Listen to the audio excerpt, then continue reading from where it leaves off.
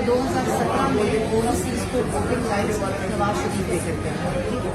جو EVM ہے electronic voting کے ذریعے ووٹ دینے کا وہ امینڈمنٹ ہوئی ہے. اس لیے آپ کو انفارمیشن نہیں, میں آپ کو بات کر رہی ہوں کہ اگر آپ سوال کریں تو آپ کو انفارمیشن بھی مل جائے گی. دوسری بات آپ کا رائٹ بھی ہے, آپ کا ملک بھی ہے, اور اس کی ہم عزت بھی ہے.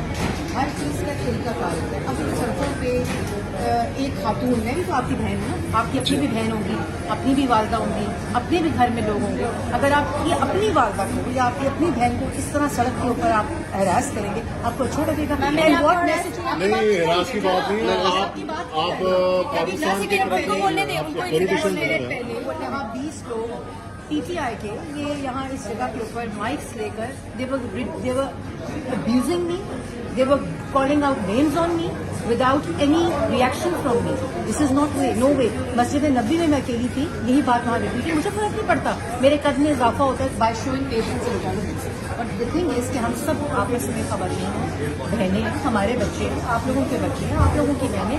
یہ طریقہ کار پاکستان کے امیج کے لیے خراب ہے. آپ نے مجھ سے 3 سوال کیے, میں نے آپ کو جواب دیے.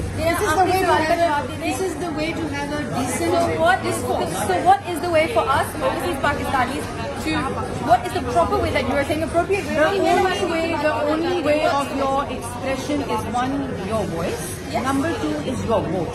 Right. So you should vote your leader. You should vote out the leader. کس کو چھینا ہے؟ ووٹ ہم سے چھین لیا. آپ کو پتا نہیں نا, میں نے آپ کو بتا دیا, آپ کو پتا نہیں ہے.